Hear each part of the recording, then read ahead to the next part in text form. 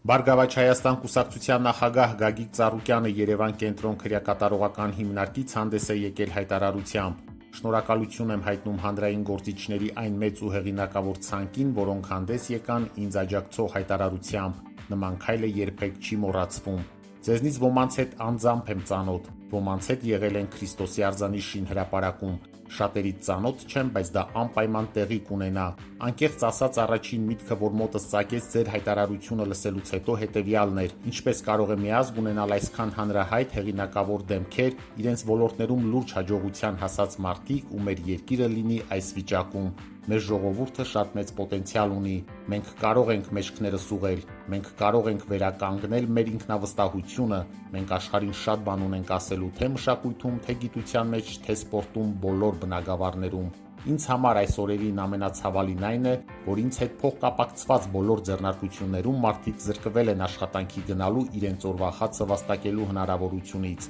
Աշխատող, բարիք ստեղծող ձեռնարկությունները կանգնեցվել են։ Հասկանում եք դա ինչպիսի հարված է բիզնեսի ամբողջական ոլորտների համար, երկրի կտրվածքով, եւ ինչպիսի հարված է արդար քրտինքով վաստակող աշխատող մարդկանց համար։ Իմ հանդեպ հարուցված անարդար գործը որևէ առնչություն չունի այդ հիմնարկների հետ։ Բոլորը գիտեն, որ ես շատ վաղուց դուրս եմ եկել այդ ձեռնարկությունների կառավարումից։ Ոչ մի կապ չունեմ դրանց ընթացիկ հարցերի հետ, չեմ միջամտել աշխատանքներին։ Այնուհանդերձ բոլորին հասկանալի է նաև, որ այդ ձեռնարկությունների ապօրինի կասեցումը արվում է ինձ ցավ պատճառելու համար։ Ես ուզում եմ հույս հայտնել, որ բանականությունն ի վերջո կվերականգնվի եւ ի վերջո չեն խոչընդոտի այդ ձեռնարկությունների աշխատանքներին։ Այս ձեռնարկություններն աշխատանքով են ապահովում հազարավոր մարդկանց, դրանց հետ առնչվում են տասնյակ հազարավոր այլ գործընկերներ, որոնց բիզնեսն այս ընթացքում նույնպես մեծապես տուժում է։ Այս ամենն իրոք շատ մեծ վնաս է հասցնում թե աշխատող քաղաքացիներին, թե մեր երկրին ընդհանրապես։ Այս օրերին ես մտքով շատ հաճախ լինում եմ Քրիստոսի արձանիշին հրապարակում։